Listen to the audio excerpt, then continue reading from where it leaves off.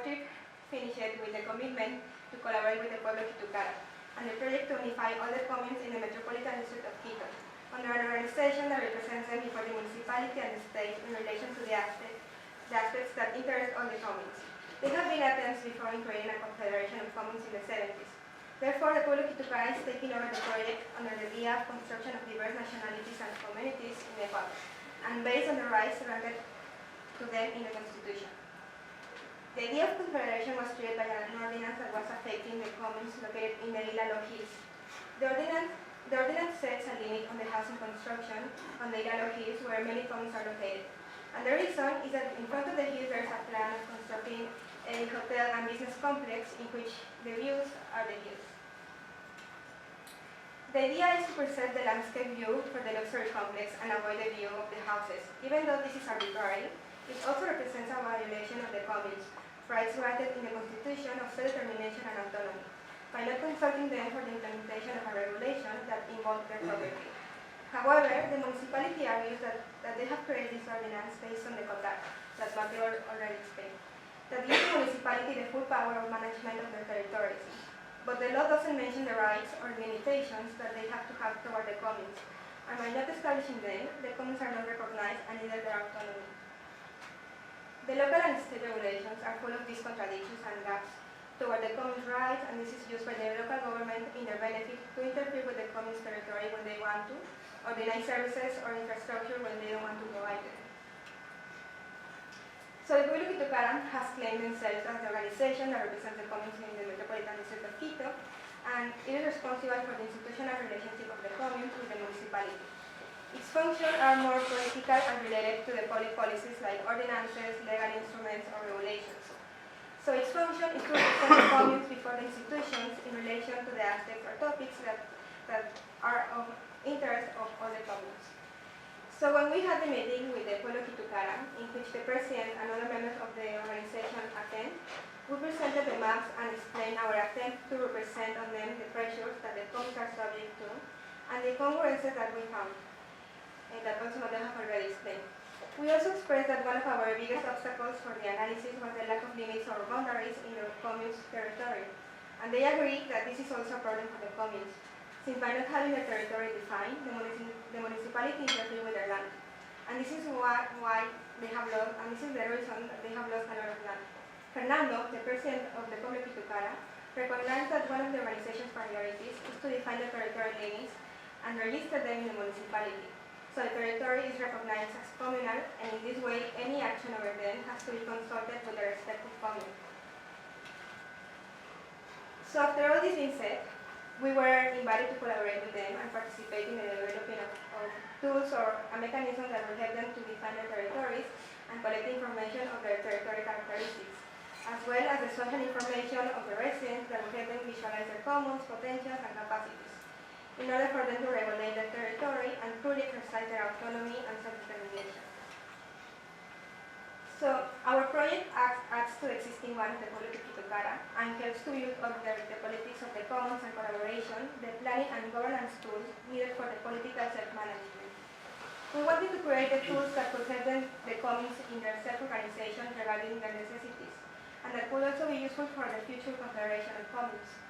The first tool is the cartography tool that comprises the physical, topographical, and geographical aspects that will help them to delimitate the commons territory. For its development, we have used as reference the limits of the commons created before through workshops and in other investigations. The tool will help the commons to work and debate over the different footprints to finally define them. The second tool is an extended census that goes beyond the traditional ones and covers the organizational practices, material aspects, intellectual and ancestral knowledge of the residents in the commons which we are still constructing, because the two of them are work in progress, but this one is missing more consolidation. So let's see the platform.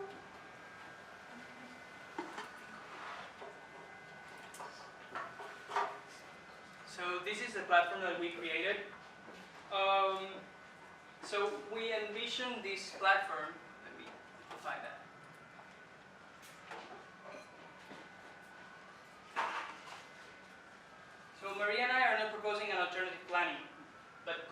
actually are. It is called Plan de Vida del Buen Vivir Comunitario, life plan of the communal good living, and it constitutes an alternative proposal to state planning that they have been developing in the last few years from their own convictions, cosmovisions, requirements, and demands.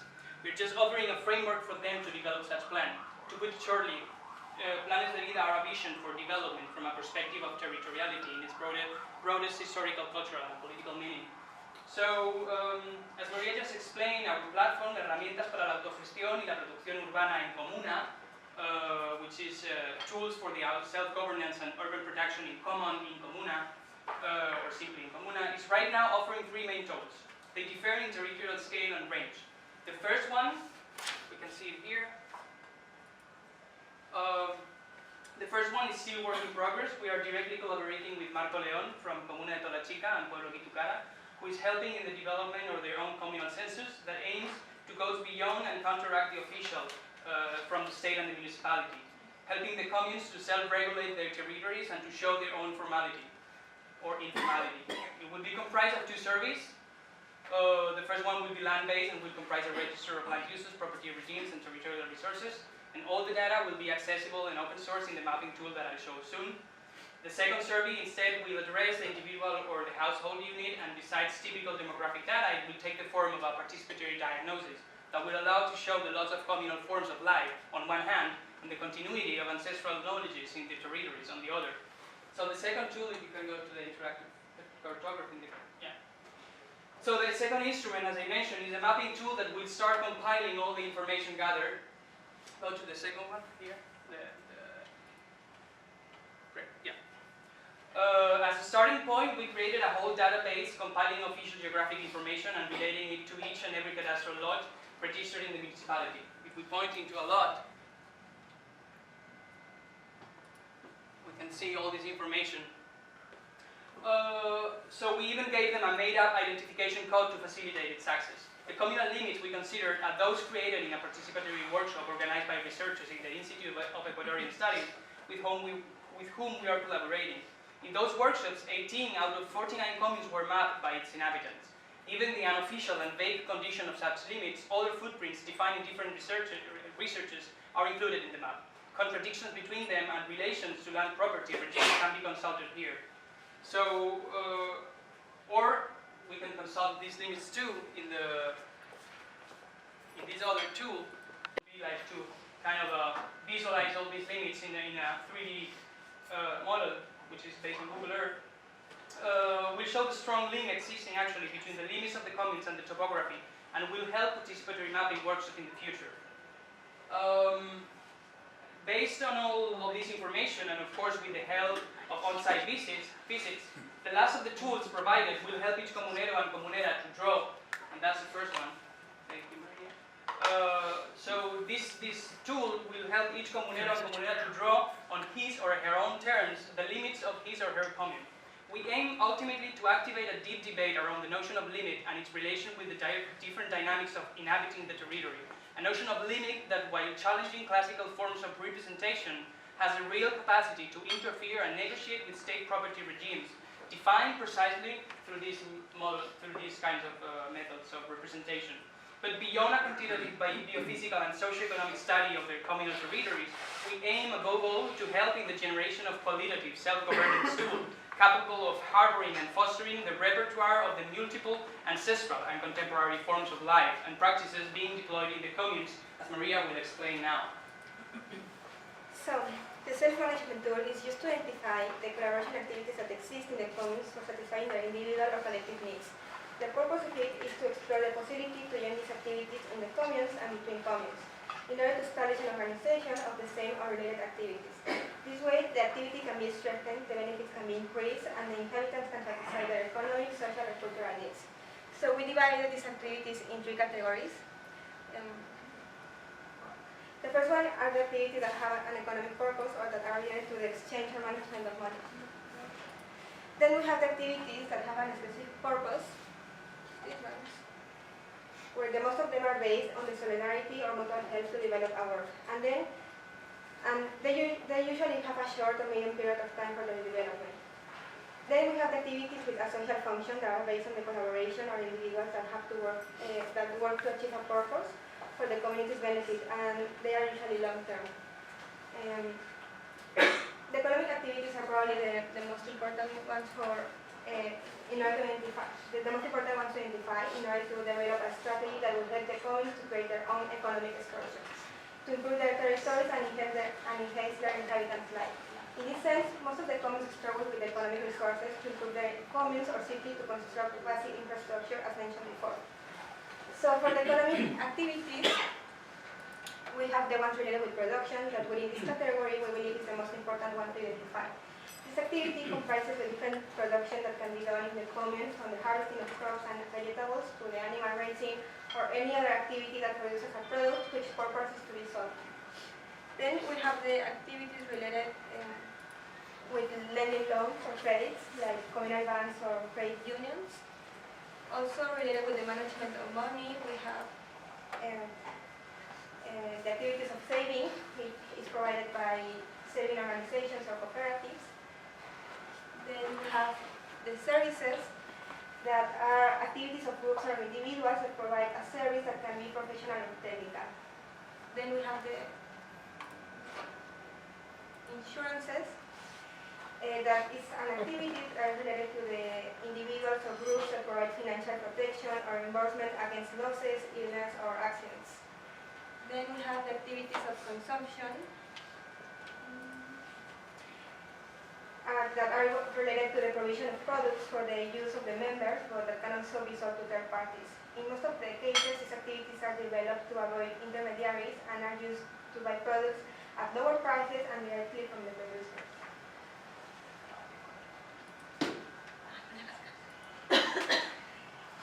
Then we have the housing activities that are related with the joint of individuals to construct houses for their own use, and they are also in charge of the construction. Therefore, the cost is lower compared with one that is by to developers or to hire them.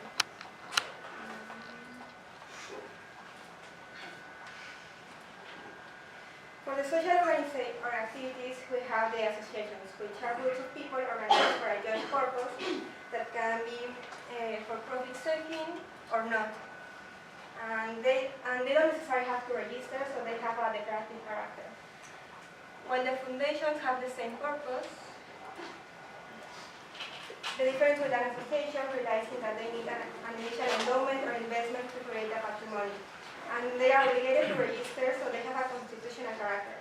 Also, the foundations can be created by an individual or a group, when the associations have always to be created by a group. Then we have the collectives, which are formed by members that share specific characteristics or skills and work for a common objective. And the particularity is that the decisions are taken collectively. And last, we have the activities with a specific purpose. The first one are the mingas, which we have already mentioned. The word in Quechua means collective work in favor of the community or with a social utility. In the communes, these activities are done periodically, but it depends on each commune the time they have them. The works developed in the mingas are, for example, the construction of retaining walls, incorporation of pipes to bring water, cleaning areas, and so on. Usually, the mingas are requested by the residents of the communes to the administration, which is in charge of the organization of the minga.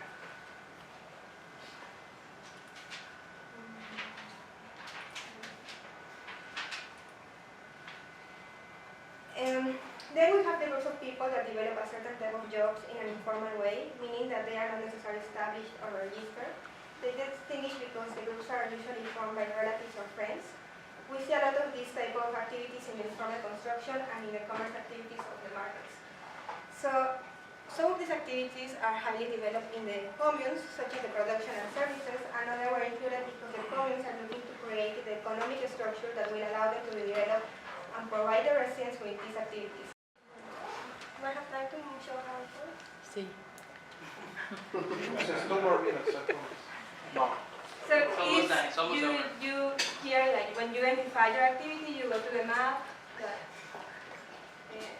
go to the global map, and you have to select a D. And then you have to put in the layer of the activity you want to register. I hit we have to access a Gmail account. Well, then you select the You can layer create it. and just drag the icon and locate it where you want to put it, and put a brief description that is related or important for the activity.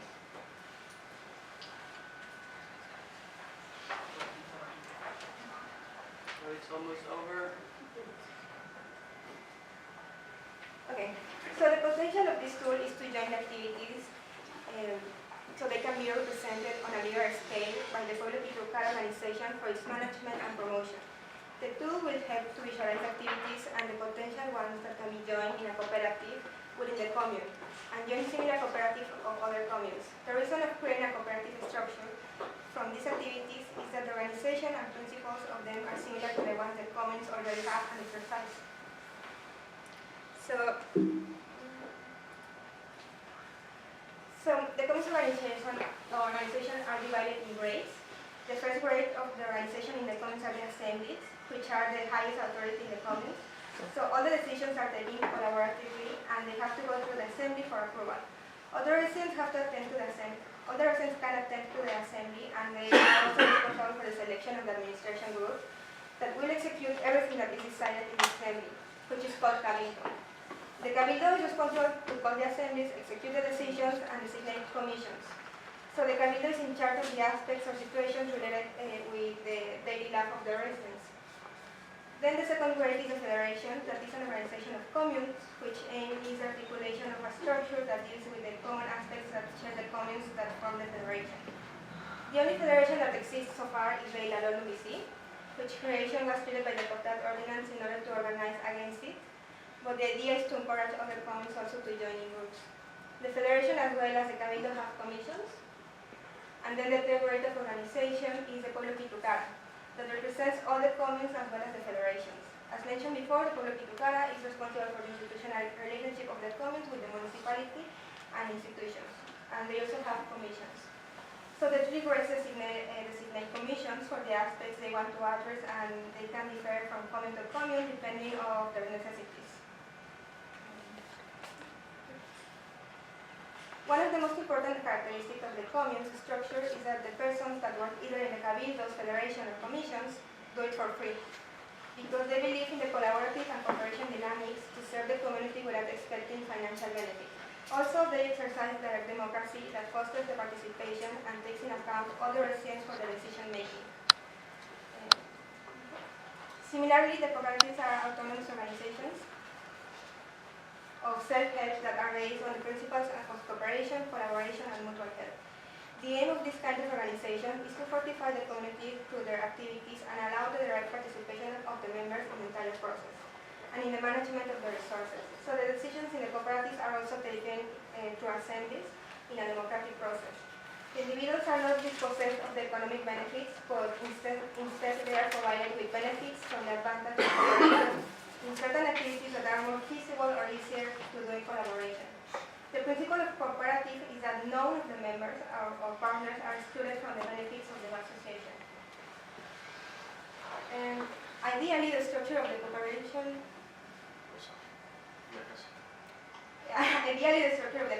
works by creating cooperatives in defined areas and then join them in federations to fortify the activities. This is known as the theory of decentralization, that refers that the economy should be centralized as much as possible and the most decentralized as necessary. So for example, a commune can create a cooperative that joins activities of production of, let's say, drugs. So they have bigger amounts of products that they can sell for better prices directly to the buyers. In case they want to be more competitive, they can join with other communes cooperatives and access even better prices and reduce several externalities. So they have a centralized system with the commune, which producers are directly connected with the decision making, and they have a decentralized system when they join with other communes and create federations, in which decisions relies on the one designated to represent the federation, and not directly into the members. So by identifying the activities that have the capacities and potential to be joined, they can create a cooperative and eliminate or reduce expenses. In the case of the production activities, they can be more competitive by offering wholesale lots and take advantage of the commercialization for big buyers. So as you can see, the cooperatives and commons organizations have similarities in the way of organization, principles, and guidelines. So they can be incorporated into the existing commons organization by creating commissions at each level that are in charge of the cooperative, the development process, the promotion of the activity,